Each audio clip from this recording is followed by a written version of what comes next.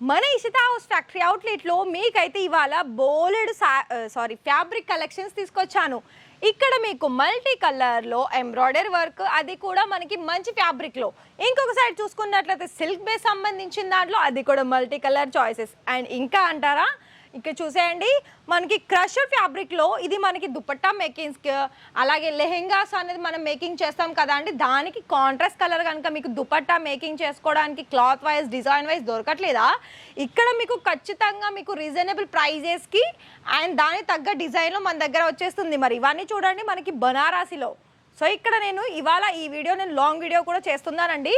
అయితే మీకు ఇక్కడ కంప్లీట్గా కలర్ చార్ట్ ఎలా అంటే ప్రతి దానికి కూడా ఇలా మనకి కలర్ చార్ట్ ఉంటుంది. ఇందులో చూసేసి మీకు ఏ డిజైన్స్లో ఏ ఫ్యాబ్రిక్లో ఎన్ని కలర్స్ కావాలన్నది కూడా ఇందులోనే మీరు సెలెక్షన్ చేసుకోవాల్సి ఉంటుంది.